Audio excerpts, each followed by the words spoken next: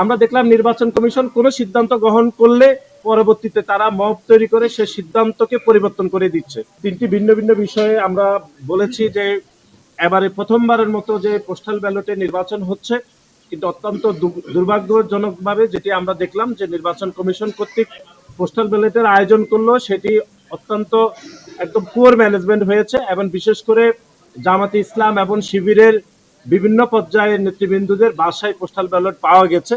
এই ঘটনা আমাদেরকে মনে করে দিচ্ছে 2018 সালের কথা, যে 2018 সালে নিশিরাতের যে নির্বাচন হয়েছে সেই নির্বাচনে আমরা দেখেছি নির্বাচন যেদিন ছিল ঠিক তার আগের দিন আওয়ামী লীগের সন্ত্রাসীদের বাসায় এরকম ব্যালট পাওয়া গিয়েছে। সুতরাং আমরা নির্বাচন কমিশনকে সে বিষয়ে অ্যাড্রেস করেছি, তারা নিজেরাও স্বীকার করেছে যে পোস্টাল ব্যালটের বিষয়ে এক ধরনের পুয়ার ম্যানেজমেন্ট হয়েছে। তারা আমাদেরকে আশ্বস্ত করেছে এই বিষয়টা ওনারা ইতিমধ্যে কাজ করছে, অনতিবিলম্বে এটি তারা সমাধান করবে বলে তারা বলেছে। আর দ্বিতীয় যে দফাটি সেটি হচ্ছে, আপনারা জানেন যে 5 তারিখের পর থেকে বিভিন্ন বিষয়ে একটি নির্দিষ্ট রাজনৈতিক দল, বিশেষ করে জামাতে ইসলাম এবং নতুন যে রাজনৈতিক দল এনসিপি, তারা বিভিন্ন ইস্যুতে তারা মত তৈরি করে। আমরা দেখলাম নির্বাচন কমিশন কোনো সিদ্ধান্ত গ্রহণ করলে পরবর্তীতে তারা মব তৈরি করে সে সিদ্ধান্তকে পরিবর্তন করে দিচ্ছে। সেজন্য আমরা নির্বাচন কমিশনকে সুস্পষ্টভাবে বলেছি যে নির্বাচন কমিশন স্বাধীন একটি প্রতিষ্ঠান, সাংবিধানিকভাবে দায়িত্ব দেওয়া হয়েছে দেশের পক্ষ থেকে।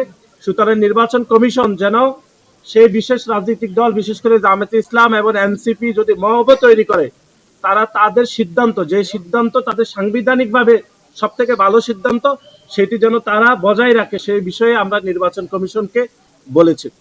আর আরেকটি বিষয় যেটি আমাদের সভাপতি বলবেন সেটি হচ্ছে, আপনারা জানেন শাহজালাল বিজ্ঞান প্রযুক্তি বিশ্ববিদ্যালয় ছাত্র সংসদ নির্বাচনের বিষয়ে হচ্ছে শিক্ষা মন্ত্রণালয় থেকে এই মাসের 5 জানুয়ারি একটি চিঠি ইস্যু করা হয়েছে। সেটি বিশ্ববিদ্যালয়ের ভাইস চ্যান্সেলরকে দেওয়া হয়েছে, নির্বাচন কমিশনকে দেওয়া হয়েছে, যে 12 ফেব্রুয়ারি পর্যন্ত আপাতত শাহজালাল বিজ্ঞান প্রযুক্তি বিশ্ববিদ্যালয় ছাত্র সংসদ নির্বাচন স্থগিত রাখার বিষয়ে। কিন্তু অত্যন্ত উদ্বেগজনক যে তথ্যটি, যেটি গণমাধ্যমে আসেনি, শাহজালাল বিজ্ঞান প্রযুক্তি বিশ্ববিদ্যালয়ের ভাইস চ্যান্সেলর সেই চিঠিটি নিজেই লুকিয়ে রেখে তার সহকর্মীকে সেটি প্রকাশ করেননি। অর্থাৎ শাহজালাল বিজ্ঞান প্রযুক্তি বিশ্ববিদ্যালয়ের বাকি যে অ্যাডমিনিস্ট্রেশন রয়েছেন, প্রভিসি সহ, তাদের কাছে সেই চিঠিটি তিনি প্রকাশ করেননি। সেটি আমরা নির্বাচন কমিশনকে বলেছি, এবং নির্বাচন কমিশন 12 জানুয়ারি যে চিঠিটি দিয়েছেন, অর্থাৎ সকল নির্বাচন স্থগিত, এবং 15 তারিখে আবার ওনাদের সিদ্ধান্ত রিভিউ করে যে সিদ্ধান্ত দিয়েছেন, সেই বিষয়ে আমরা আমাদের কনসার্ন বিষয়গুলো নির্বাচন কমিশনকে বলেছি। এই বিষয় সহ সার্বিক বিষয় এখন আপনাদের সামনে আর বক্তব্য নিয়েছিলাম হয়ে গেছে। আর কি বলবো, কি বলেছি শেষ করবো। তুমি এটা বললাম বাইরে যাই বলি, তুমি এটা বললাম আর সার্বিক বিষয়ে বাইরে গিয়ে বলি, সার্বিক বিষয়ে আমরা নির্বাচন কমিশনকে বলেছি।